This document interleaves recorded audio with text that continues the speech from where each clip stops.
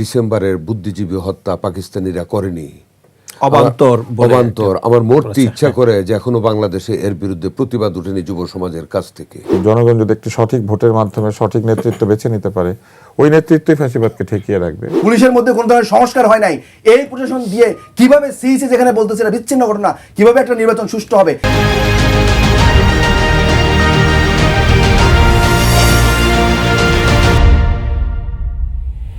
দর্শক স্বাগত কালের কণ্ঠে নিয়মিত অনুষ্ঠান কালের সংলাপে। আজ আমাদের সাথে আলোচনা এগিয়ে নিতে স্টুডিওতে উপস্থিত আছেন বিএনপি নেতা ও সাবেক সংসদ সদস্য বীর মুক্তিযোদ্ধা সর্দার সাখাওয়াত হোসেন বকুল, এবং আমাদের সঙ্গে আলোচনা এগিয়ে নিতে স্টুডিওতে উপস্থিত আছেন গণমাধ্যম ব্যক্তিত্ব আব্দুল নূর তুষার, সঙ্গে আছেন এনসিপির যুগ্ম মুখ্য সমন্বয়ক ডক্টর মোহাম্মদ আব্দুল আহাদ। আপনাদের তিনজনকে স্বাগত কালের কণ্ঠের স্টুডিওতে। দর্শক, তফসিল ঘোষণার আগে সংখ্যা ছিল নির্বাচন বানচালের চেষ্টা করা হবে। তফসিল ঘোষণার পরে সেই সংখ্যা আরও বেশি তৈরি হয়েছে। একজন প্রার্থীর ওপর প্রকাশ্যে দিবালোকে ন্যাক্কারজনক হামলা হয়েছে। এগুলো নির্বাচনের বানচালের প্রাথমিক চেষ্টা কিনা সে হিসেবটি বুঝতে আজকে আমাদের আলোচনার বিষয় নির্ধারিত হয়েছে নির্বাচন বানচালের চেষ্টা। শুরুতেই বকুল ভাই, আপনার কাছে একটু আসতে চাই। আর সরকার তো বারবার বলছিল যে ঐতিহাসিক নির্বাচন দেবেন, কিন্তু আইন শৃঙ্খলা পরিস্থিতি এমন নাজুক রেখে কিভাবে এমন প্রতিশ্রুতি দিতে পারলেন? আপনাকে ধন্যবাদ। বিজয়ের এই মাসে আজকের এই দিনটিতে দাঁড়িয়ে শ্রদ্ধা জানাচ্ছি ৭১-এর সেই লাখো লাখো শহীদের প্রতি। শ্রদ্ধা জানাচ্ছি আমার ২ লক্ষ মাপুন যারা সম্ভ্রম হারিয়েছিল এই দেশটাকে স্বাধীন করতে। পাশাপাশি ধিক্কার এবং ঘৃণা জানাচ্ছি তাদের যারা এই মাটিতে জন্মগ্রহণ করে পাকিস্তানি স্বৈরাচার বাহিনীর দোসর হয়ে যারা মুক্তিযুদ্ধের বিরোধিতা করেছিল, সেই রাজাকার আল শামস আল বদরদের প্রতি ধিক্কার জানাচ্ছি, ঘৃণা জানাচ্ছি। যে প্রশ্নটি আপনি করেছেন যে একজন ক্যান্ডিডেট না ২জন ক্যান্ডিডেটের উপর, যে তফসিল ঘোষণার আগে একজন, তফসিল ঘোষণার আগে একজন, তফসিল ঘোষণার পরে আমাদের যুবক নেতা ২৪-এর বৈষম্য বিরোধী ছাত্র জনতার আন্দোলনের অগ্রভাগের সৈনিক যোদ্ধা হাদির উপর আক্রমণ করা হয়েছে। আমরা অবশ্যই এগুলি ঘৃণা জানাই, তীব্র নিন্দা জানাই। নির্বাচনের সাথে এগুলির যে সংশ্লিষ্টতা নেই তা বলা যাবে না। আর কিছু ঘটনা ঘটিয়ে যে নির্বাচনটাকে একেবারে বানচাল করে দিবে এটা তো জাতি একমত হবে না বা ভাববে না। নির্বাচন কমিশন আশ্বস্ত করতেছেন, সরকারও আশ্বস্ত করতেছেন যে কোনো কিছুর বিনিময়ে নির্বাচন অনুষ্ঠিত হবে এবং ঐতিহাসিক একটা নির্বাচনই হবে। নির্বাচন ঐতিহাসিক বলতে যে জিনিসটা সেটা 100% লেভেল প্লেয়িং ফিল্ড, সকল দলকে সমান সুযোগ বরাদ্দ করে, সুযোগ প্রদান করে, বিনা কারচুপিতে সুন্দর দিনের ভোট রাতে না করে দিনেই করে টাইমেই করে নিরপেক্ষভাবে একটা নির্বাচন পরিচালনা করাকে শতভাগ যাতে দৃষ্টান্ত হয়ে থাকে ওইটাকেই ঐতিহাসিক বলে ওনারা মনে করেন এবং বলেছেন, আমরাও তাই মনে করি। যে জিনিসটা আপনি বলেছেন যে এই অবস্থা রেখে দেশে গিয়ে একটা ঐতিহাসিক নির্বাচন আয়োজন করা সম্ভব কিনা, হ্যাঁ, এটা তো মানে যদি আইনশৃঙ্খলা পরিস্থিতি সমুন্নত রাখা না যায়, যদি এভাবে একের পর এক ঘটনা বা দুর্ঘটনা ঘটতেই থাকে, যদি জাতীয়ভাবে গুরুত্বপূর্ণ বা রাজনৈতিকভাবে গুরুত্বপূর্ণ ব্যক্তিত্বের উপর আরও যদি এরূপ হানার মানে আসে বা মৃত্যুর প্রচেষ্টা করা হয় বা আঘাত করা হয়, সেটা যদি গভর্নমেন্ট আগে থেকে বাংলাদেশটাকে নির্বাচনকে সামনে রেখে যদি নিরাপত্তার চাদরে না ডাকতে পারেন, তাহলে নির্বাচনটা অনুষ্ঠিত করা বা অনুষ্ঠান করা কঠিন হবে বলে আমি মনে করি। ধন্যবাদ আপনাকে। ধন্যবাদ আপনাকে। তুষার ভাই, একটু আসতে চাই যে বিভিন্ন সময় আমরা দেখেছি মিছিলের মাধ্যমে বা বাসে আগুন দেওয়ার মধ্য দিয়ে ফ্যাসিস্টরা মাথাচাড়া দিয়ে উঠেছিল। সরকার এসব বিষয় দেখার পরেও কেন সতর্ক হলো না? সরকার সতর্ক হয়ে নেই ব্যাপারটা এরকম না। আমার ধারণা যে সক্ষমতার ঘাটতি আছে, কেননা পুলিশের আপনারা দেখেছেন যে ড্রেস বদল করতে হয়েছে, অনেক পুলিশ মনোবল হারিয়েছে বলে সরকার বলেছেন। ফলে আইন শৃঙ্খলা পরিস্থিতি রক্ষা করার জন্য যে বৃহৎ সক্ষমতা, সেইখানে আমার ধারণা যে একটা দুর্বলতা ছিল। আর আরেকটি বিষয় হচ্ছে যে এই ধরনের অনভিপ্রেত এবং হঠাৎ, যেটাকে চোরাগোপ্তা বলে, এরকম আক্রমণ প্রতিহত করতে গেলে আসলে সার্বক্ষণিক নিরাপত্তা দেওয়াটা জরুরি ছিল। তো এখন মুশকিল যেটা হয়েছে যে প্রার্থিতা কনফার্ম হবে যখন মনোনয়নপত্র গৃহীত হবে, বাকি সময় পর্যন্ত কিন্তু সবাই ইচ্ছুক প্রার্থী। ফলে ইচ্ছুক প্রার্থীর প্রার্থিতা মনোনয়ন হবে কি না বা হবে এই ব্যাপারগুলি যেহেতু আইনের বাধা নিষেধের মধ্যে আছে, তাই তফসিল ঘোষণার সাথে সাথে অথবা তার আগে থেকেই সকল প্রার্থীকে যদি নিরাপত্তা দেওয়া যেত তাহলে ভালো হতো এই আইনটাকে পাশ কাটিয়ে, যে যারা ইচ্ছা প্রকাশ করছেন তাদেরকে যেন তাদের সারা দিনের জন্য একটা নিরাপত্তা প্রদান করা যায়। কিন্তু এই চিন্তাটা কেন তারা করেন নাই, এটা তারাই উত্তর দিতে পারবেন। আমার কাছে যেটা মনে হয়েছে যে অন্যায় কর্মকাণ্ডের যে একটা থ্রেট বা হুমকি আছে, এটা তো বারবার বলা হয়েছে, সরকারও বলেছেন, আমরা বলেছি, টকশোতে যারা এসেছে তারা বলেছে, অনেক মানুষ বলেছে, এবং নিরাপত্তাহীনতার যে একটা পরিবেশ আছে এটা নিয়ে তো প্রচুর আলাপ হয়েছে। ফলে আমার কাছে মনে হয় যে এখানে এক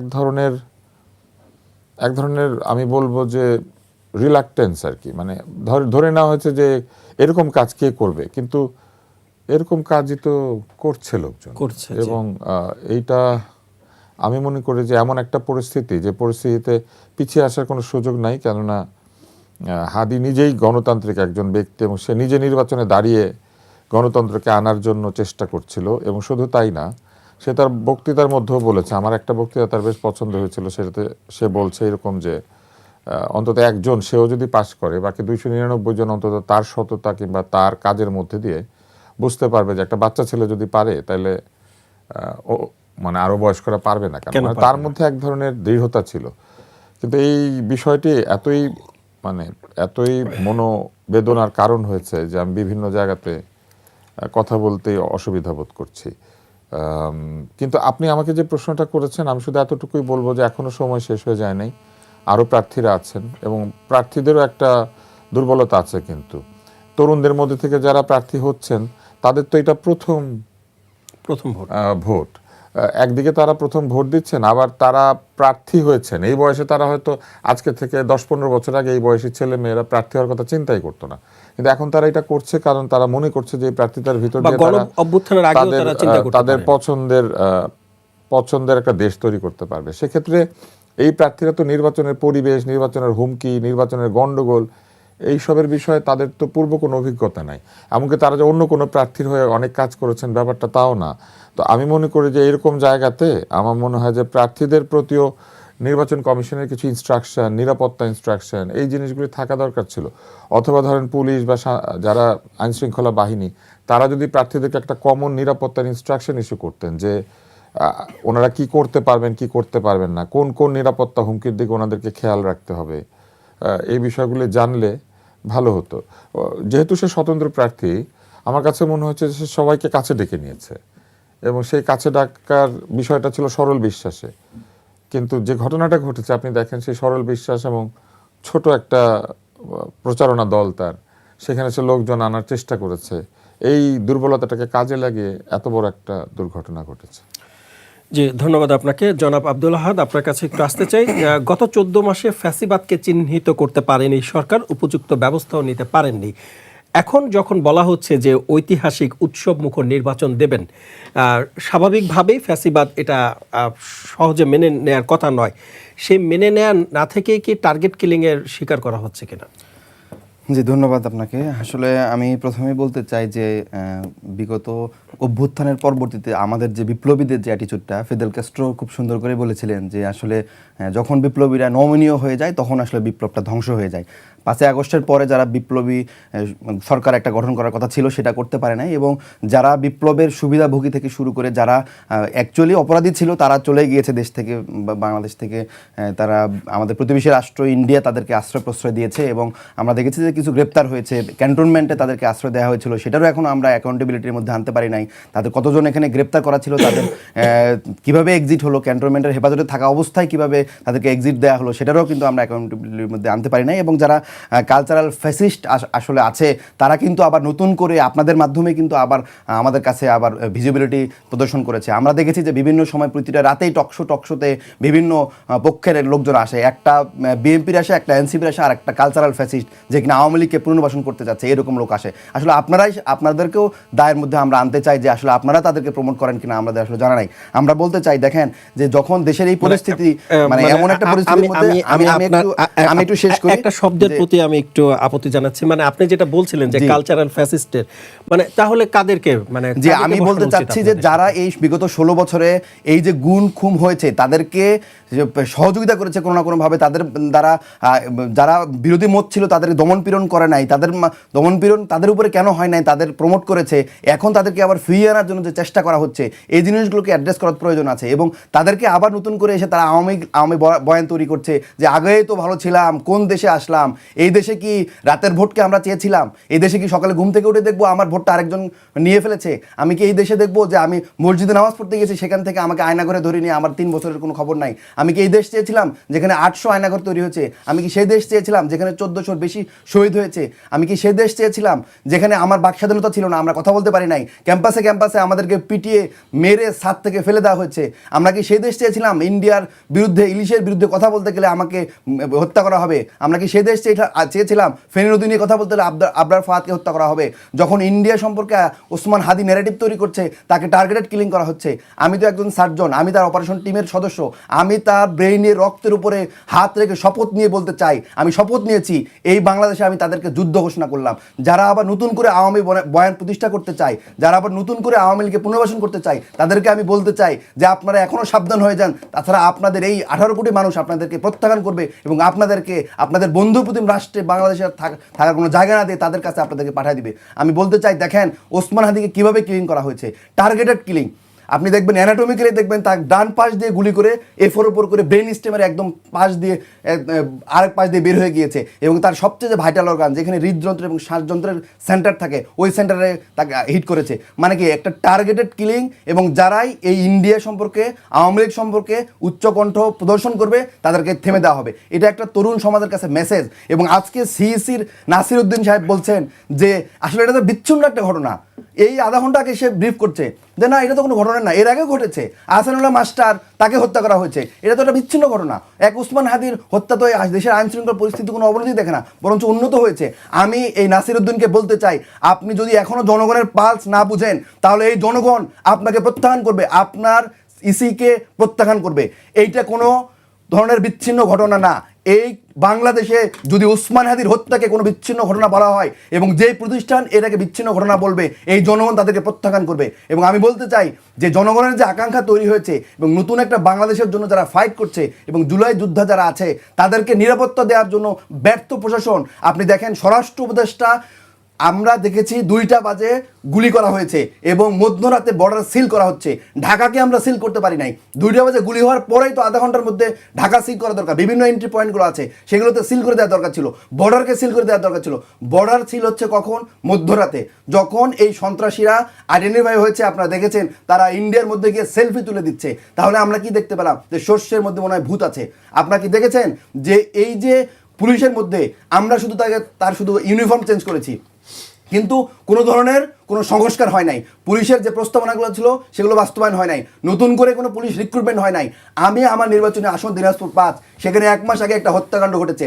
একটা রাজনৈতিক দলের লোক একটা মানুষকে দিনে দুপুরে রাস্তার পাশে খেতে খামারের মধ্যে মেরে ফেলে দিয়েছে। আমি একটু শেষ করি।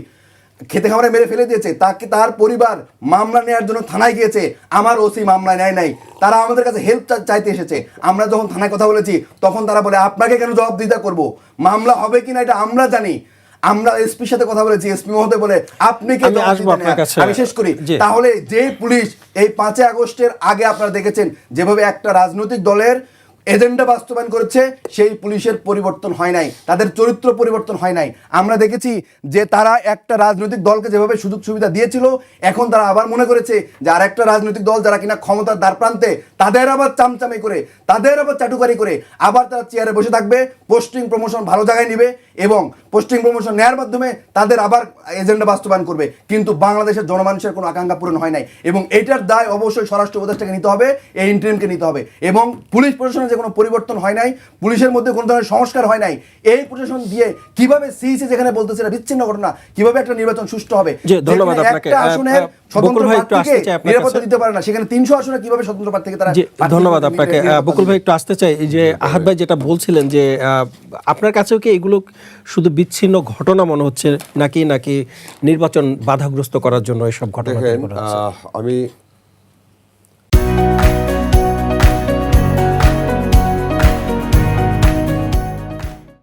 এক পেশে কথা বলবো না। আমি আমাদের বর্তমান গণতান্ত্রিক অভিযাত্রা এবং নতুনভাবে ৭১-এর চেতনাকে অন্তরে ধারণ করে ২৪-এর গণ অভ্যুত্থান, ছাত্র জনতার বৈষম্য বিরোধী আন্দোলনের সেন্টিমেন্টটাকে অন্তরে ধারণ করে দুইটার একটা সুন্দর সংমিশ্রণ করে বাংলাদেশে একটা গণতান্ত্রিক যে অভিযাত্রা শুরু হয়েছে তার বিরুদ্ধ শক্তিগুলিকে আপনাকে আইডেন্টিফাই করতে হবে। সেখানে আমি অনেকের মতো শুধু ফেসিজমের বিরুদ্ধে কথা বলবো না, আমার কথা থাকবে দুইটা শক্তির বিরুদ্ধে, যারা এখনো পাকিস্তান জিন্দাবাদ স্লোগান দিচ্ছে, যারা এখনো বলে, আজকের পত্রিকায় দেখলাম যে 14ই ডিসেম্বরের বুদ্ধিজীবী হত্যা পাকিস্তানিরা করেনি, অবান্তর বলে অবান্তর, আমার মরতে ইচ্ছা করে, যে এখনো বাংলাদেশে এর বিরুদ্ধে প্রতিবাদ উঠেনি যুব সমাজের কাছ থেকে, যাদের জন্য আমরা ৭১ সনে যুদ্ধ করে দেশটাকে স্বাধীন করে দিলাম। আজকে স্বাধীনতার লাল সবুজ পতাকাকে বুকে ধারণ করে বিশ্বের দরবারে দাবড়িয়ে বেড়াচ্ছি। আজকে আমাদের ছেলেরা প্রধান সেনাপতি হচ্ছেন, আমাদের ছেলেরা পুলিশের মহাপরিদর্শক হচ্ছেন, আমাদের সন্তানেরা সচিব হচ্ছেন, আমাদের সন্তানেরা প্রধান বিচারপতি হচ্ছেন, বিভিন্ন বড় বড় পদে যাচ্ছেন, যেটা পাকিস্তান আমলের স্বপ্ন কেউ দেখতে পারতো না, গুটি কয়েক ছাড়া। আজকে যাদের জন্য আমরা করলাম, আমরা শহীদ হলাম, আমাদের মা বোনরা তাদের ইজ্জত হারালো, আজকেও আবার সেই পাকিস্তান জিন্দাবাদের স্লোগান দিচ্ছে। আজকেও বলতেছে 14ই ডিসেম্বর আমার শিক্ষক, আমি মহসিন হলের ছাত্র, মেধাবী ছাত্র ছিলাম বিদায় অর্থনীতি বিভাগে, গিয়াসউদ্দিন স্যার ইসলামিক হিস্ট্রির আমার টিচার ছিলেন, আমার সাবসিডিয়ারি ছিল মহসিন হলে। আমরা যখন স্বাধীনতার পরে হলে উঠলাম, গার্ড পেয়ান্তা যারা ছিল, জানলাম স্যারদের কারা হত্যা করেছে। বললো, স্যার ওই যে শিবিরের ছেলে ছিল হলে, নামটা আমি বললাম না, ওরা ধরে নিয়ে গিয়েছিল। আজকে সেই দলটির ধারক বাহকরা বলে যেটা পাকিস্তানিরা করে না, ভারত করেছে। ভারত করবে, কিন্তু 14ই ডিসেম্বরে তো ভারত ঢুকে নেই ইয়াতে। আমরা তো মুক্তিযুদ্ধে চতুর্দিকে সারাউন্ডিংয়ে আমরা পাহারা ছিলাম ড্যামরার ওই পারে। ভারত তো পরে আসছে, পরে আমরা একসাথে ঢুকলাম। ভারত ঢুকে মারবে কেন এখানে? পাকিস্তানের রাজাকার আল শামস আল বদররা আমাদের বুদ্ধিজীবীদের হত্যা করেছে। কিন্তু আজকে যারা সাফাই গাওয়ার সাহস পায়, তারা এবং ফেসিজম এক সুতায় বর্তমান গণতান্ত্রিক অভিযাত্রাকে ব্যাহত করার জন্য চেষ্টা করতেছে। কাজেই যেটা প্রধান নির্বাচন কমিশনার বললেন, আমি জানি না উনি মুখ ফসকে বলেছেন কিনা, ওনার যে এটা একটা বিচ্ছিন্ন ঘটনা, এটা বলা ওনার উচিত হয়নি বলে আমি মনে করি, সমীচীন হয়নি। এটা একটা বিচ্ছিন্ন ঘটনা না, এটার পিছনে বর্তমান গণতান্ত্রিক অভিযাত্রাকে ব্যাহত করার জন্য যে কোনো একটা গোষ্ঠী বা একের অধিক গোষ্ঠীর সমন্বয় করে তারা নির্বাচনকে বানচাল করার জন্য একটা প্রচেষ্টা, পরিকল্পিত প্রচেষ্টা চালিয়ে যাচ্ছে। কাজেই এই যে আগেই বলেছিলাম, ঐতিহাসিক নির্বাচন যদি করতে হয় তাহলে গভর্নমেন্টকে সারা দেশ থেকে নিরাপত্তার চাদরে ডাকতে হবে। কিন্তু সবচেয়ে আশ্চর্যজনক ঘটনা হলো, কালকে আমি একটা টক শোতে বলেছি, যে এই মুহূর্তে গুলিটা হলো সাদির উপরে, হাদির উপরে গুলিটা হলো, সেই মুহূর্ত থেকে তো 15 মিনিটের মধ্যে বর্ডার সিল করে দিতে পারতো সাথে সাথে। এখন তার যুগ না যে ওই কোডির টেলিফোন ঢুকায় লাইন পাওয়া যাবে না, ওই যুগ তো না, ইটস এ ডিজিটাল যুগ। এখন প্রত্যেকটা বর্ডার সিজ করে দেওয়া যেত, তাহলে তো খুনিরা, আমি জানি না, তা পত্রিকার ভাষ্যে বুঝলাম পালিয়ে গেছে, তাহলে তো পালিয়ে যেতে পারতো না। সেখানে ল্যাপসেসটা কার? Why that lapses occurred? কারা responsible? They should be trialled, they should be taken under the legal custody. কেন এটা করা হলো? তাদের বিরুদ্ধে নেওয়া উচিত। 2 নম্বর হলো, শুধু একটা পক্ষকে দোষে ও আরেকটা পক্ষকে সুযোগ করে দেওয়াটাও সঠিক হবে না আমাদের, যে শুধু ফেসিস্টরা করছে বা আরেকটা গ্রুপ করেছে স্বাধীনতা বিরোধীরা, এটা বলবো না। আমি বলবো দুইটা গ্রুপই যারা এই দেশে গণতান্ত্রিক শান্তি চাচ্ছে না, এই দেশে গণতান্ত্রিক অভিযাত্রাকে অব্যাহত গতিতে সামনে এগিয়ে যাক, এরা কেউ চাচ্ছে না। একটা হারানোর ব্যথা আর একটা গড়ানোর ব্যথা, এই দুই ব্যথার ভিতরে কারা নিহত, কারা নিহিত আছে এটার ভিতরে, কারা এই কাজ করতে পারে তাদেরকে বের করতে হবে। এটা খুব ইজি ম্যাটার। যারা হাদিকে গুলি করেছে সেই ছেলের পরিচয় পেয়েছে, তার মানে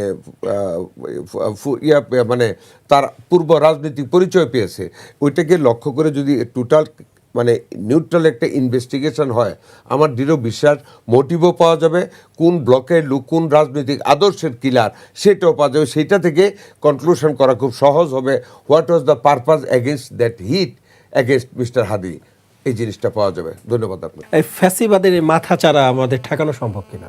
নিশ্চয়ই সম্ভব। ফ্যাসিবাদের মাথাচাড়া ঠেকানোর জন্য দরকার গণতন্ত্র।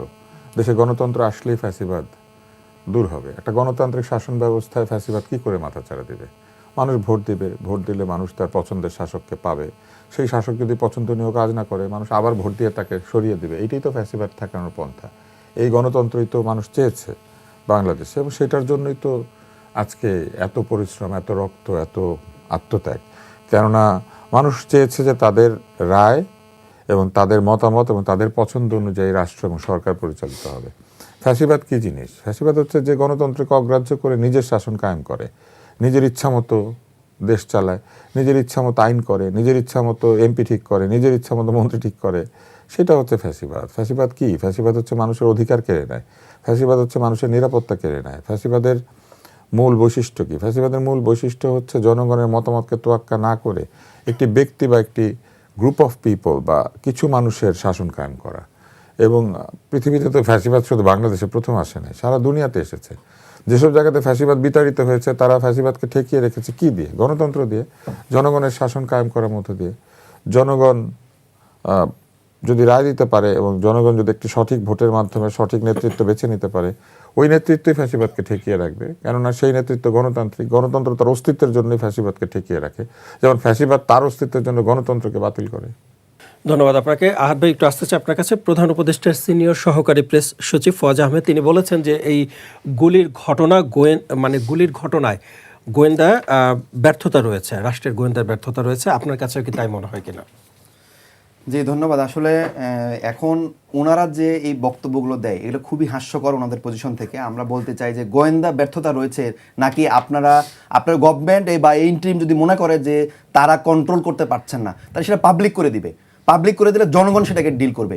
আপনি যদি বলেন যে আপনার ইন্টেলিজেন্স কাজ করে না, আপনার আইজিবি কাজ করে না, আপনার সেনাপ্রধান কাজ করে না, তাহলে সেগুলো পাবলিক করে দেন যে আমরা চেষ্টা করছি, আমরা এদেরকে কন্ট্রোল করতে পারছি না, তাহলে জনগণ ডিল করবে, এই দায়িত্বটা জনগণ নিবে।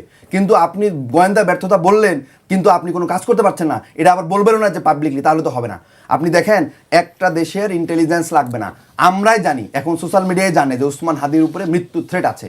আমরা কিন্তু বারবারই বলছিলাম ওসমান হাদি না, এরকম ওসমান হাদি সহ আমাদের অভ্যুত্থানে যারা নেতা আছেন, নাহিদ ইসলাম, হাসনাত আবদুল্লাহ, ব্যারিস্টার ফুয়াদ সহ যারা যারা বলে কথাবার্তা এবং ভোকালি বিভিন্ন সময়ে আওয়ামী লীগ এবং ইন্ডিয়া সম্পর্কে অ্যান্টি ইন্ডিয়ান বয়ান তৈরি করে, তাদের প্রত্যেককে কিন্তু হুমকি দেওয়া হয়েছে। এবং আমাকে পার্সোনালি, আমি গতকাল গণমাধ্যমকে বলেছি যে হুমকি দেওয়া হয়েছে, ইন্ডিয়া থেকে বিভিন্ন নাম্বার থেকে ফোন দেওয়া হয়েছে, আমাদের বাসার লোকেশনগুলো পাবলিক করে দেওয়া হচ্ছে, আমাদের নাম্বারগুলো বিভিন্ন গ্রুপ থেকে কন্টিনিউ। ওসমান হাদিও কিন্তু এমন পোস্ট করেছিলেন যে তাকেও হুমকি দেওয়া হচ্ছে, তা আমাদের কিন্তু কোনো পদক্ষেপ দেখা যাচ্ছে না।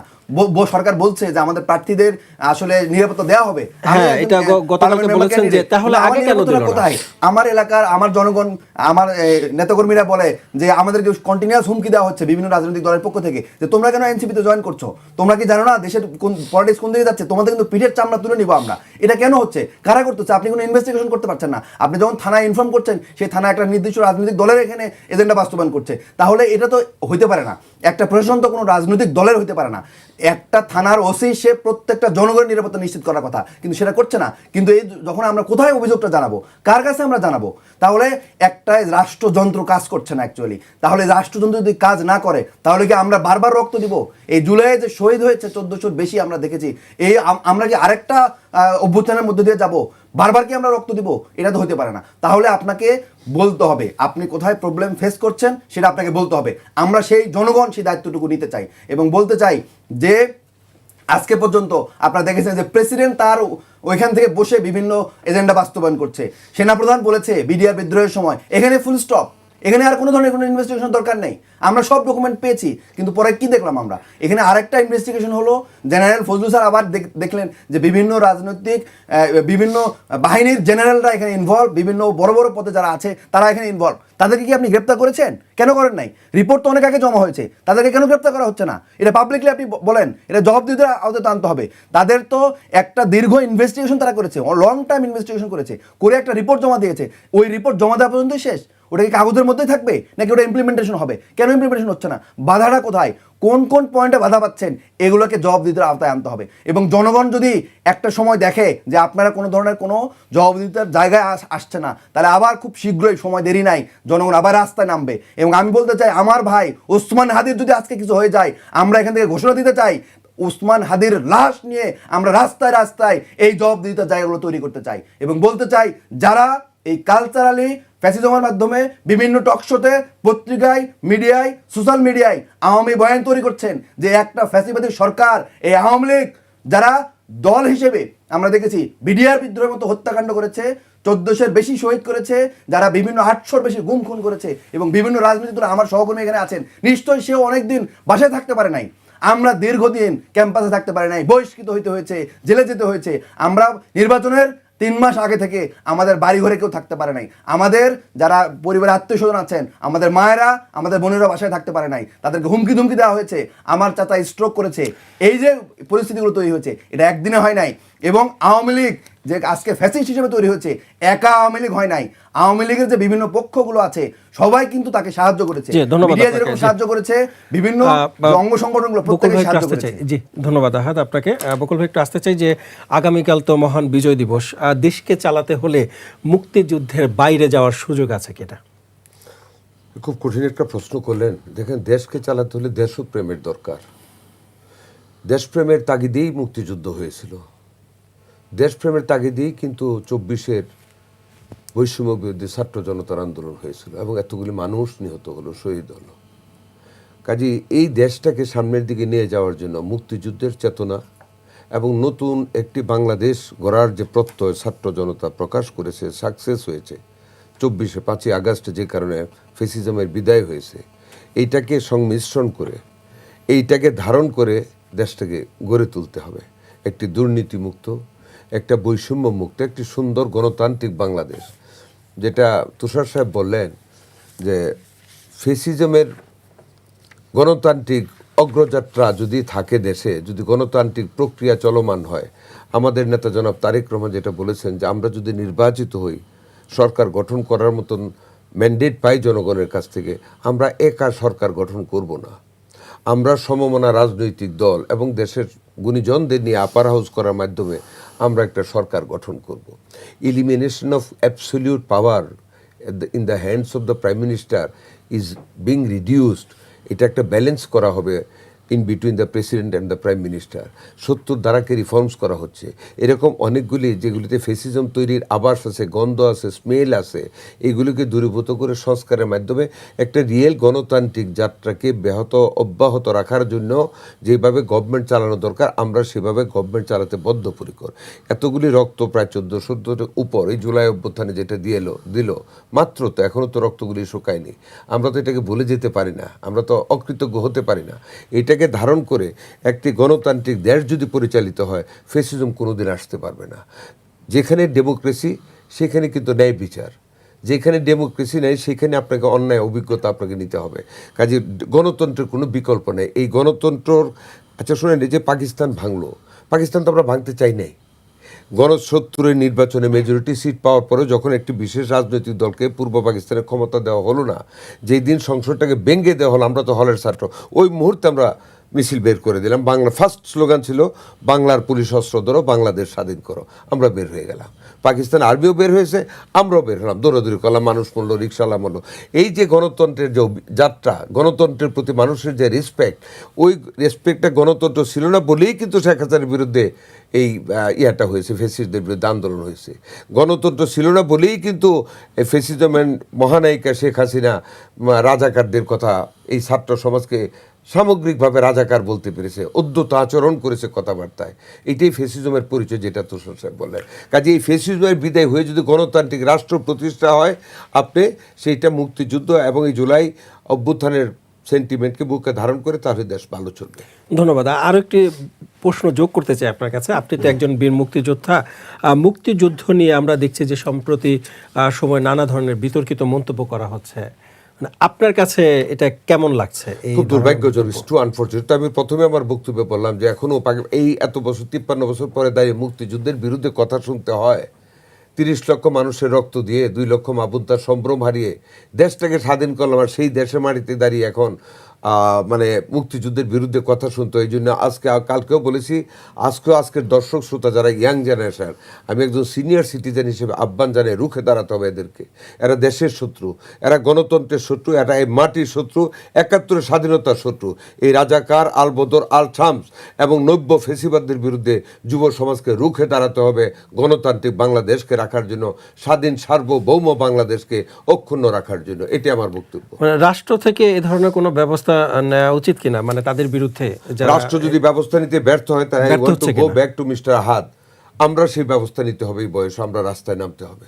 আমাদেরকে জাতিকে রক্ষা করার জন্য, স্বাধীনতা সার্বভৌমত্বকে রক্ষা করার জন্য 30 লক্ষ শহীদ, 1400-র উপরে ছাত্র জনতার মৃত্যু যেটা শহীদ হলো, তাদের রক্তের প্রতি কৃতজ্ঞতা জানানোর জন্য এই দেশের আপামর যুব সমাজকে, নারী পুরুষকে দাঁড়াতে হবে এই লোকদের বিরুদ্ধে, যারা এখনো বাংলার জমিনে থেকে বাংলার স্বাধীনতার বিরোধিতা করতে পারে, গণতন্ত্রের বিরোধিতা করতে পারে, গণতান্ত্রিক অভিযানটাকে যারা ভঙ্গুর করার জন্য, ভেঙে দেওয়ার জন্য, বাধাগ্রস্ত করার জন্য এখনো চেষ্টা করতেছে, তাদের বিরুদ্ধে আমাদের ঐক্যবদ্ধ আন্দোলন যেতে পারে। সেটার জন্য আমাদের যে কোনো মর্মে নির্বাচনটাকে আমাদের করতে হবে। এই নির্বাচনের কোনো বিকল্প থাকতে পারে না। নির্বাচিত সরকার হয়ে যখন গণতান্ত্রিক সকল মূল মন্ত্রকে যখন প্রতিষ্ঠিত করার জন্য সকল রাজনৈতিক দলের মানুষকে নিয়ে চেষ্টা করবে, তখন ফ্যাসিজম বলেন, অ্যান্টি স্টেট এলিমেন্টস যারা 71-এ ছিল, তাদের শক্তি বলেন, সব পরাজিত হবে।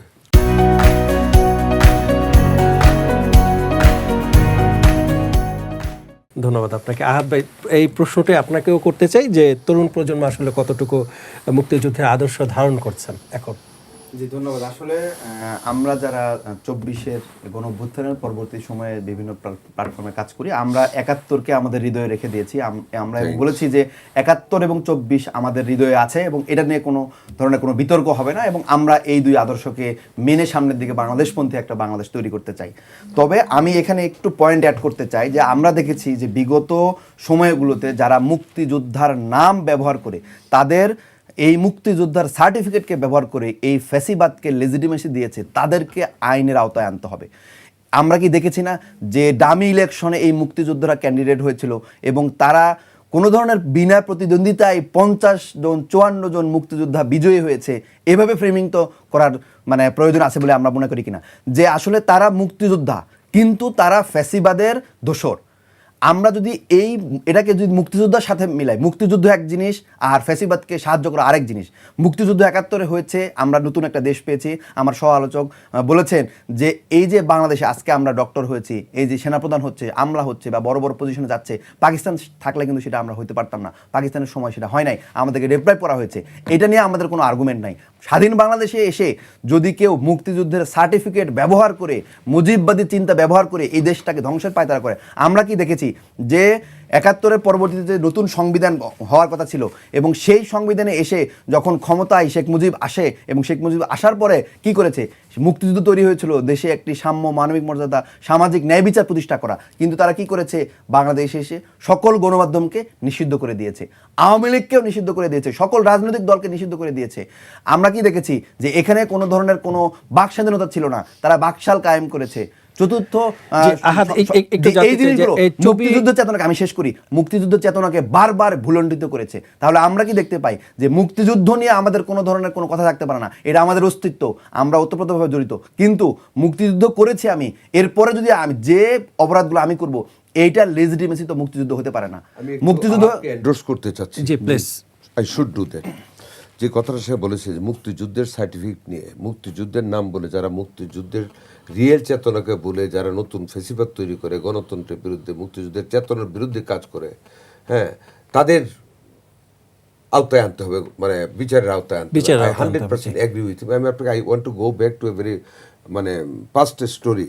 এই যে আহাদ মানে হাদি মারার ষড়যন্ত্র করালো, আপনাকে ভুলে গিয়েছেন ইলিয়াস আলী গুমের পিছনে রিজনটা কি? সেই ভারতের বিরুদ্ধে সেই বাদের মিছিল, যেটা তিস্তা ব্যারেজের দিকে যে তার অভিযাত্রা ছিল, সেই যাত্রা পরেই কিন্তু তাকে গুম করানি হলো।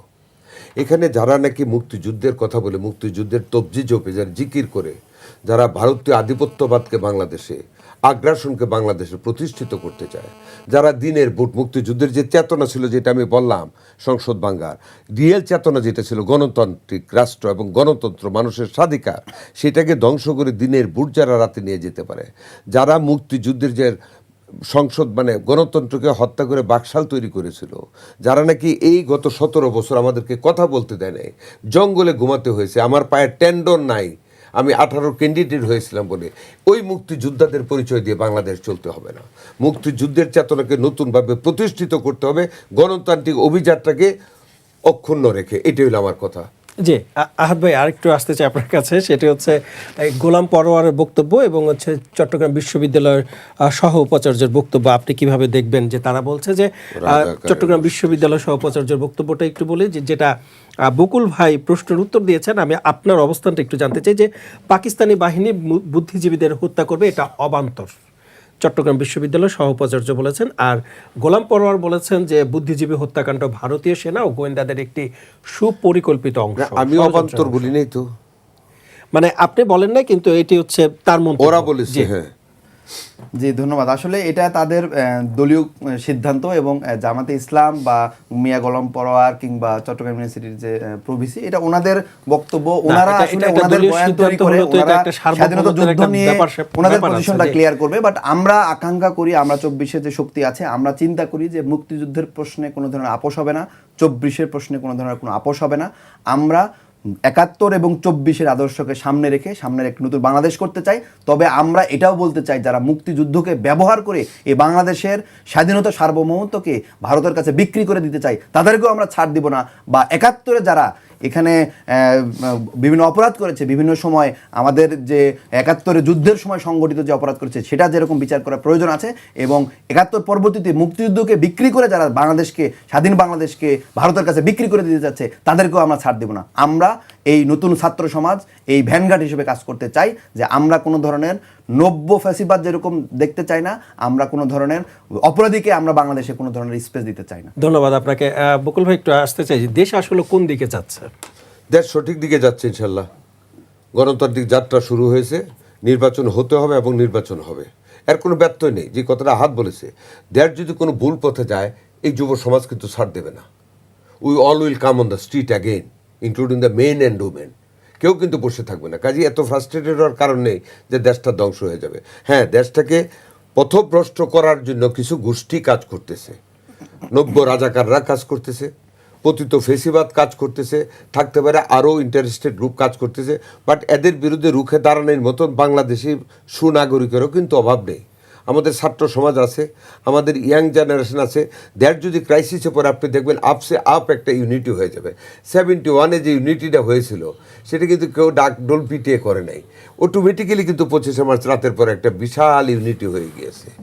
এইরকম একটা ইউনিটি হয়ে যাবে যদি কেউ দেশটাকে কোনো খারাপ দিকে নিয়ে যেতে চায়, ডিরেল করতে চায়, অকল্যাণের দিকে নিতে চায় আমাদের জেনারেশনকে, তাহলে কিন্তু automatically new generation will come up on the street and will resist that. একটু যোগ করতে চাই যে দীর্ঘ 17 বছর পর তারেক রহমান দেশে আসছেন, বিএনপির অনুভূতিটা কি? এবং আরেকটু যোগ করব এই প্রশ্নের সাথে, সেটি হচ্ছে বিএনপি অনেক চাঁদাবাজি যে মানে অভিযোগ রয়েছে বিএনপির বিরুদ্ধে। একটি গোষ্ঠী দেখা যায় যে আপনাদের এই নির্বাচনের সময় চাঁদাবাজির যে অভিযোগ রয়েছে সেগুলো নিয়ে নির্বাচনের মাঠে হাজির হবে, তখন আপনাদের অবস্থানটা কি হবে? দেখেন, চাঁদাবাজ যারা করেছে তারাই এফেক্টেড হবে।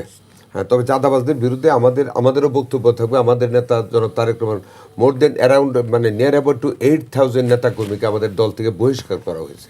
কয়েক হাজার নেতাকর্মীকে ওয়ার্নিং দেওয়া হয়েছে এবং দলের পদ স্থগিত রাখা হয়েছে, অনেকগুলি অ্যাকশনে আছে, আমরা এগুলি তুলে ধরবো। আর যদি মারাত্মকভাবে কেউ কোনো দুর্নীতি করে থাকে, কোনো দুর্নীতিবাজকে আমাদের দল থেকে মনোনয়ন দেওয়া হয় নাই বা লিডার হিসেবেও কাজ করার জন্য বলা হয় না, we are ready to face that thing.